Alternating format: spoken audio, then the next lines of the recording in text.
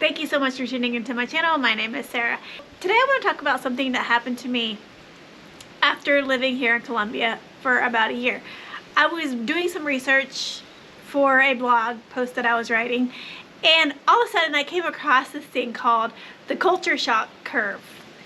And I had no idea what it was, and I had never really thought about this concept before, but when you move to a new country, it is natural to go through like ebbs and flows, ups and downs.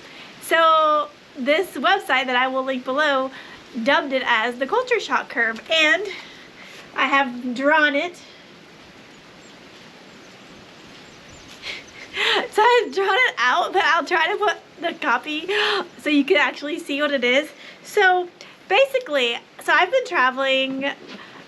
Before I decided to settle down here, I was traveling for 3 years prior. Okay, so really out of those 3 years, I was really only traveling for 2, because for 1 year, I got stuck during the lockdown and I was in Argentina. So you could technically say I lived in Argentina for a year and then Colombia for a year. However, Colombia has been the only place that I've actually stayed in one location here for a solid year.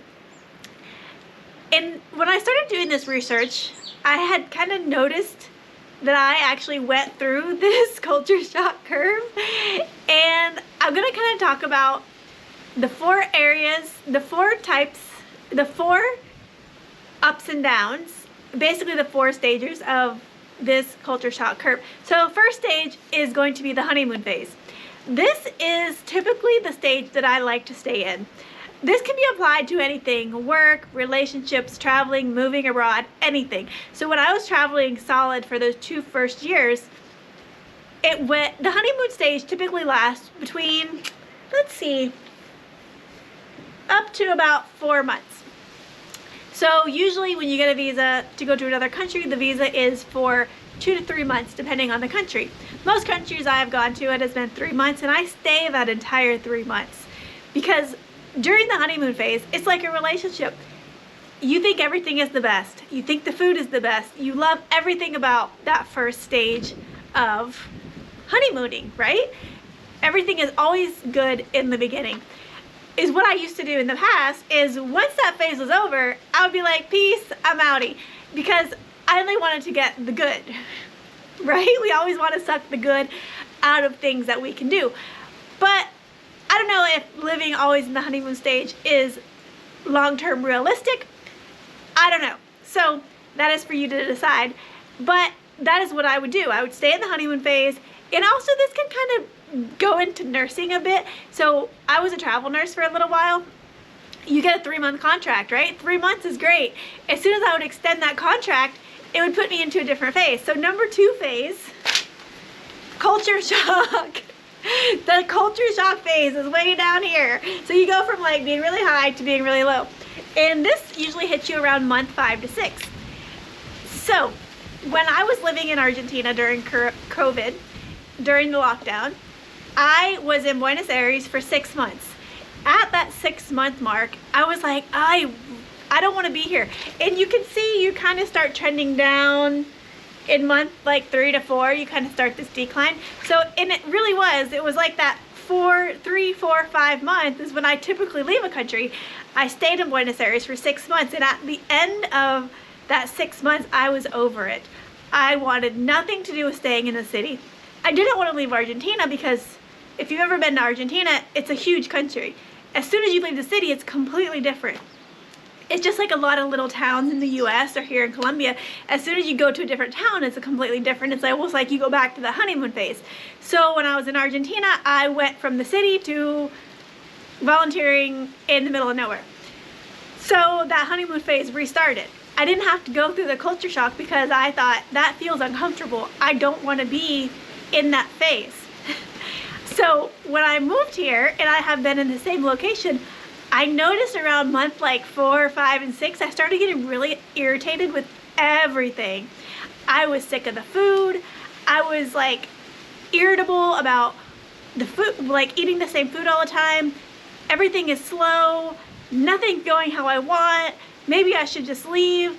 And it's like, it's that culture shock of things that you once liked and thought the charming about a country, a person, a job, all of a sudden become like these annoyances. Like when I sit down at a restaurant, they're not going to come right over. You have to flag them down. Why do I always have to flag them down?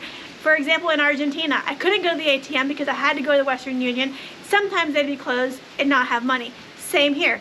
Sometimes in my town, the ATM is broken. There's only one ATM. Or the electricity would go out. For example, today our Wi-Fi is out.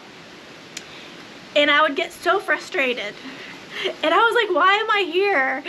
Why don't I just leave because of these frustrations? So, well, here I didn't leave. So this is really the first time that I've stayed besides like a job and a relationship. You go down into those, I want to break up with you, I want to quit this job, I want to leave. And then slowly you start coming up on the upswing. So then after month 6, you start coming up to like this, it's going slowly up to the adjustment phase. So it's kind of like, for me, it was learning. I never got there in Argentina, but I've got there through a lot of jobs. I've had hospital jobs that I've stayed at for over 8 years. So obviously I went through the adjustment phase.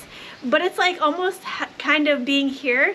The adjustment phase for me was accepting that sometimes our electricity goes out and it's okay. It's gonna come back on. Here, sometimes our water goes out. Understanding that I'm not living in my home country. I'm not living in my home country because I chose to leave. So why do I want everything to be the same as my home country? If I want everything to be the same, I would just go back. I have to understand that I'm living in a developing country. I'm living where things are a little bit slower, and I'm living where in the middle of nowhere in the country, where if you're living in the middle of nowhere in the country in the US, it's similar. Things take longer, things are slower, the wind might knock out your electricity, and you have to kind of go with the flow. I've also learned to love the food, so the annoyance of the food kind of has gone away, because when I was home, I was craving like an arepa con queso and with huevos. So I wanted like an arepa with cheese and eggs, and I kind of noticed that I had started to adjust to the way of life here.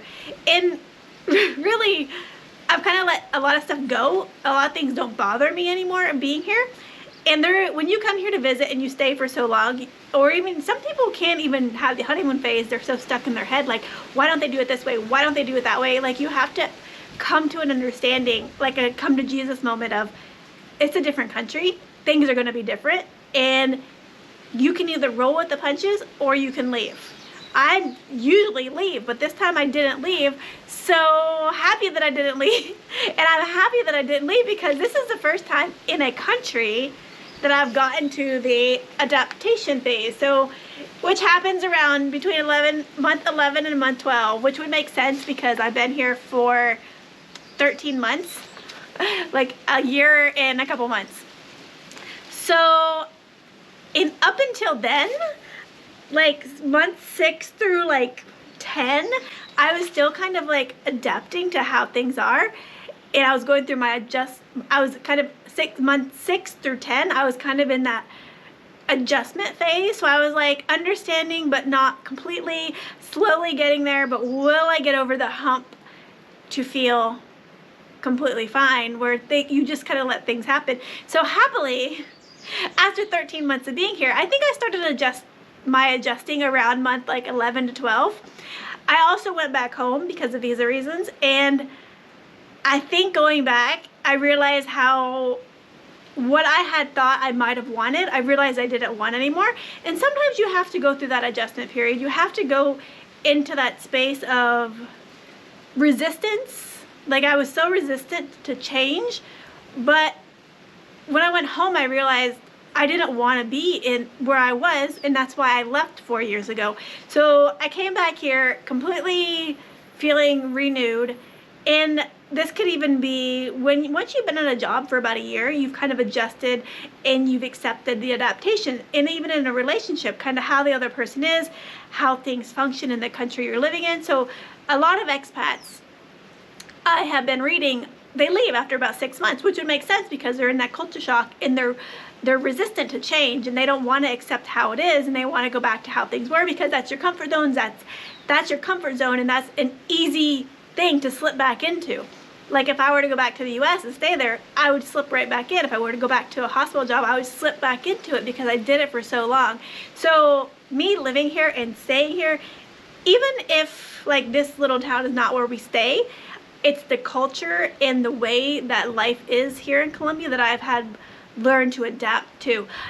It's also not just life here in Colombia, but it's life outside of the US for me. It's life, like if I were to go to a different country, for example, back to Argentina and stay, or anywhere, I feel that the way my mindset has changed, and it has adapted to a slower paced life.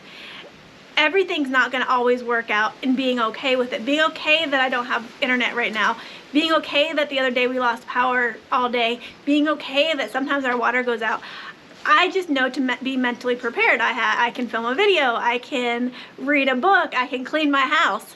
So I don't always have to have everything, because if I wanted everything always at my fingertips, I would have stayed in the US, because the US is a culture of immediate gratification 100% all the time, and that is a culture that I wanted to get away from. However, it did take some growing pains to get to a point of being like, oh, okay, well, I guess this is just how it is here. And I don't try to change the culture of being here. I try my best to adapt into their culture. I will never understand, and I will never be from here, so it's not like I will ever understand completely exactly what the Colombian people have been through and have gone through. As with any country that I travel to, I am not from there. I will never fully understand. However, I can, from my own outlook, I can understand and be empathetic to why things happen and not go against the grain. I can just allow it to embody me and kind of just flow with how things flow, versus me like pushing up against the wall. So anyways, that is kind of like this culture shock curve. Like I said, it can be applied to anything: a relationship, a job, moving, even living from a city to the country life, wherever you're at, or moving abroad. So if you're an expat or thinking about expatting or immigrating to a different country, this is something that I guarantee you have or you will go through. If you make it through that first 6 months, you will realize that you'll learn to adjust and adapt. And that is part of life. As we all know, ebbs and flows come, and learning to adjust and adapt to where you're at, your surroundings, is really crucial for living a happy and peaceful and stress-free life. At least for me it is. So anyways, thank you. I hope you did learn something. If not, you didn't learn anything, at least we're entertained. And it is a very windy day here today, so hopefully you can hear me. Don't forget to subscribe if you like my content, and thank you so much. I'll see y'all soon. Ciao.